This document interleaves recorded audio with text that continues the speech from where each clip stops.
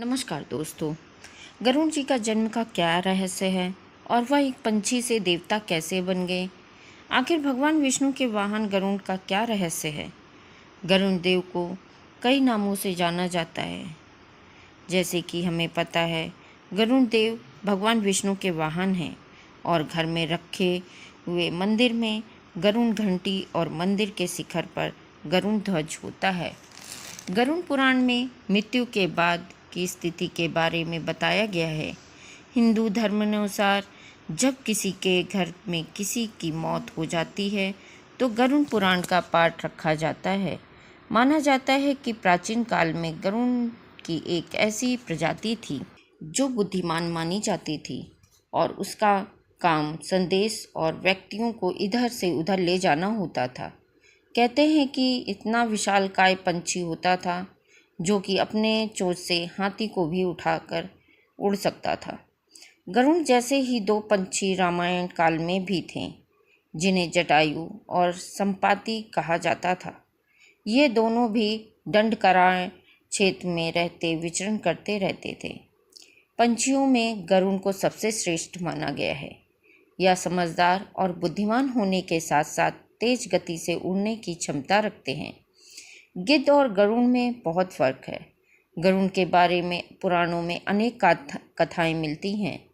रामायण में तो गरुड़ का सबसे महत्वपूर्ण पार्ट है। प्राचीन वैष्णो मंदिर के द्वार पर एक ओर गरुड़ तो दूसरी ओर हनुमान जी की मूर्ति आवेशित की जाती है। गरुड़ का जन्म सतयुग में हुआ था, लेकिन वे त्रेता और द्वापर युग में भी दिखे थे। दक्ष प्रजापति की विनीता या विनता नामक कन्या का विवाह कश्यप ऋषि के साथ हुआ था। विनीता ने प्रसव के दौरान 2 अंडे दिए। एक से अरुण का और दूसरे से गरुड़ का जन्म हुआ। अरुण तो सूर्य के रथ के सारथी बन गए, तो गरुड़ ने भगवान विष्णु का वाहन होना स्वीकार किया। संपाति और जटायु इन्हीं अरुण के पुत्र थे। पुराणों कथाओं के अनुसार गरुड़ ने देवताओं से युद्ध करके उनसे अमृत कलश छीन लिया था। दरअसल ऋषि कश्यप की कई पत्नियां थीं, जिनमें से 2 वनिता और कद्रू थीं। ये दोनों ही बहनें थीं जो एक दूसरे से ईर्ष्या रखती थीं। दोनों के पुत्र नहीं थे, तो पति कश्यप ने दोनों को पुत्र के लिए एक वरदान दे दिया। वनिता ने 2 बलशाली पुत्र मांगे, जबकि कद्रू ने 1000 सर्प पुत्र रूप में मांगे, जो कि अंडे के रूप में जन्म लेने वाले थे।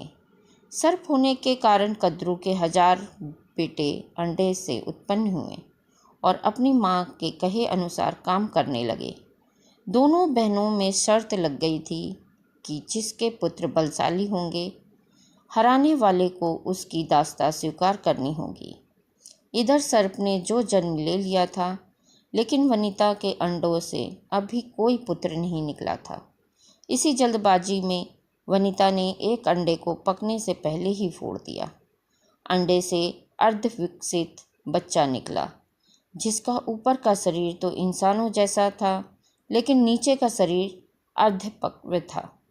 इसका नाम अरुण था।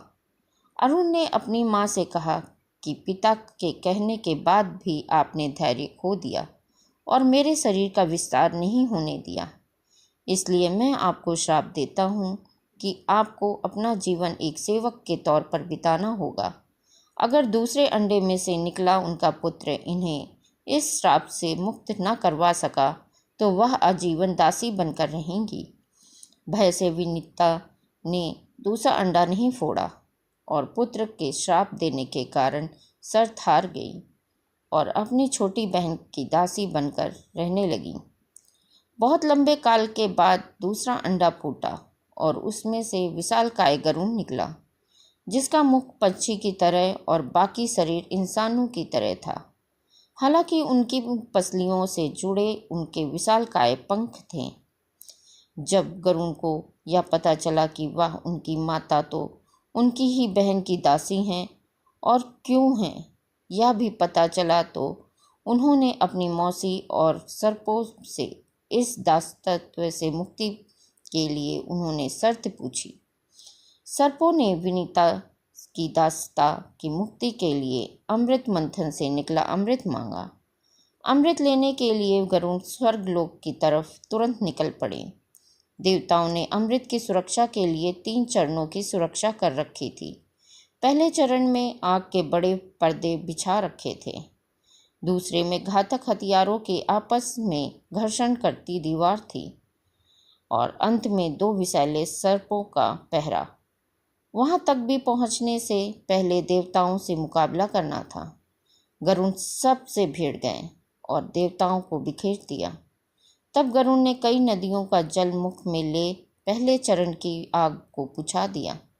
अगले पथ में गरुड़ ने अपना रूप इतना छोटा कर लिया कि कोई भी हथियार उनका कुछ न बिगाड़ सका और सांपों को अपने दोनों पंजों में पकड़कर उन्हें अपने मुंह में अमृत कलश उठा लिया और धरती की ओर चल पड़े। लेकिन तभी रास्ते में भगवान विष्णु प्रकट हुए और गरुड़ के मुंह में अमृत कलश होने के बाद भी उसके प्रति मन में लालच न होने से खुश होकर गरुड़ को वरदान दिया कि वो आजीवन अमर हो जाएंगे। तब गरुड़ ने भी भगवान को एक वरदान मांगने के लिए बोला तो भगवान ने उन्हें अपनी सवारी बनने का वरदान मांगा। इंद्र ने भी गरुड़ को वरदान दिया कि वो सांपों को भोजन के रूप में खा सकेंगे। इस पर गरुड़ ने भी अमृत शाकुशल वापसी का वादा किया। अंत में गरुड़ ने सर्पों को अमृत सौंप दिया और भूमि पर रखकर कहा कि यह रहा अमृत कलश। मैंने यहाँ इसे लाने का अपना वादा पूरा किया और अब यह आपके सुपुर्द किया, लेकिन इसे पीने के आप सभी स्नान कर लें तो अच्छा होगा। जब वे सभी सर्प स्नान करने गए तो वहां अचानक से भगवान इंद्र पहुंचे और अमृत कलश को वापस ले गए, लेकिन कुछ बूंदें भूमि पर गिर गईं जो घास पर ठहर गई थीं। सर्प उन बूंदों पर झपट पड़े लेकिन उनके हाथ कुछ न लगा। इस तरह गरुड़ की शर्त भी पूरी हो गई और सर्पों को अमृत भी नहीं मिला। त्रेता युग में गरुड़ जब रावण के पुत्र मेघनाद ने श्री राम से युद्ध करते हुए श्री राम को नागपाश से बांध दिया था, तब देवर्षि नारद के कहने पर गरुड़ ने नागपाश के समस्त नागों को खाकर श्री राम को नागपाश के बंधन से मुक्त कर दिया था। भगवान राम के इस तरह नागपाश में बंध जाने पर श्री राम के भगवान होने पर गरुड़ को संदेह हो गया था। गरुड़ का संदेह दूर करने के लिए देवर्षि नारद ने उन्हें ब्रह्मा जी के पास भेज दिया और ब्रह्मा जी उनको शंकर भगवान के पास भेज दिए। भगवान शंकर ने भी गरुड़ को उनका संदेह मिटाने के लिए काकभुषुंडी जी के नाम के एक कौवे के पास भेज दिया। अंत में काकभुषुंडी जी ने राम के चरित्र की पवित्र कथा सुनाकर गरुड़ के संदेह को दूर किया। लोमश ऋषि के श्राप के चलते काकभुषुंडी कौवा बन गए थे। लोमश ऋषि ने श्राप से मुक्त होने के लिए उन्हें राम मंत्र और इच्छा मृत्यु का वरदान दिया। कौवे के रूप में ही उन्होंने अपना संपूर्ण जीवन व्यतीत किया। वाल्मीकि से पहले ही काकभुषुंडी ने रामायण गरुड़ को सुना दी थी। इससे पूर्व हनुमान जी ने संपूर्ण रामायण पाठ लिखकर समुद्र में फेंक दी थी।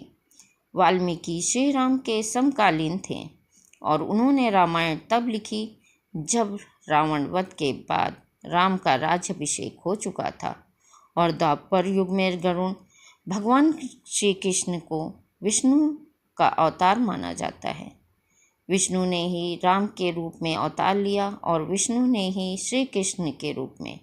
श्री कृष्ण की 8 पत्नियां थीं, रुक्मणी, जामवंती, सत्यभामा, कालिंदी, मित्रविंदा, सत्या, भद्रा और लक्ष्मणा।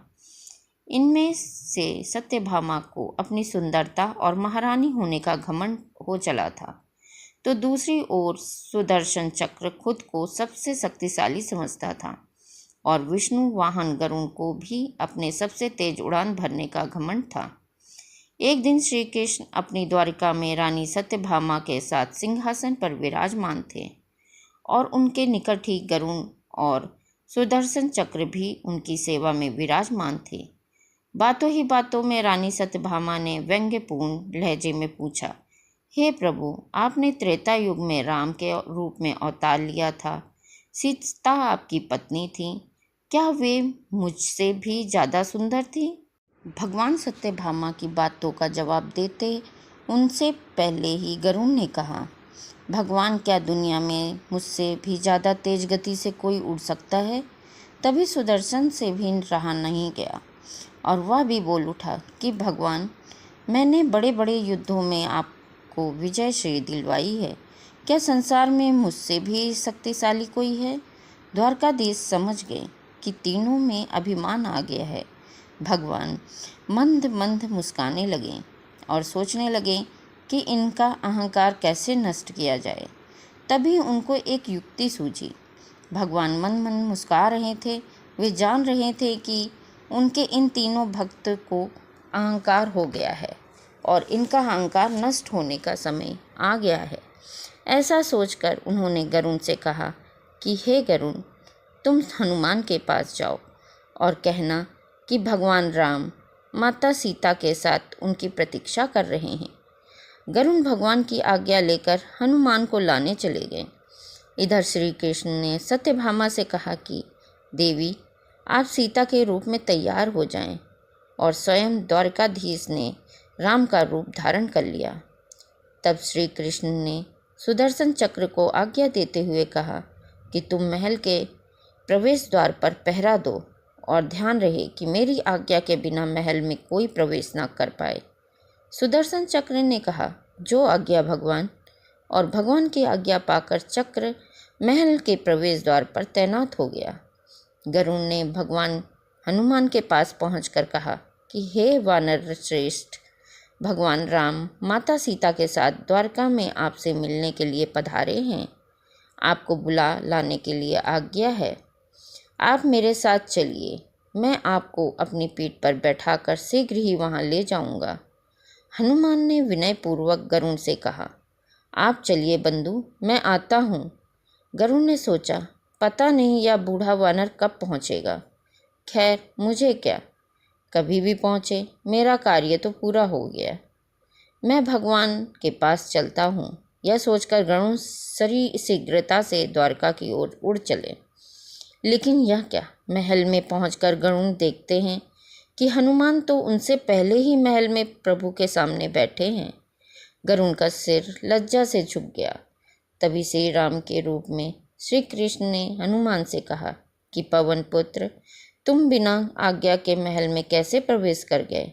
क्या तुम्हें किसी प्रवेश द्वार ने रोका नहीं? हनुमान ने हाथ जोड़ते हुए सिर झुकाकर अपने मुंह से सुदर्शन चक्र को निकालकर प्रभु के सामने रख दिया।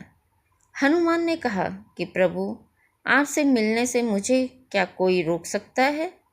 इस चक्र ने रोकने की तनिक प्रयास किया था, इसलिए इसे मुंह में रखकर मैं आपसे मिलने आ गया। मुझे क्षमा करें। भगवान मंद मंद मुस्कुराने लगे।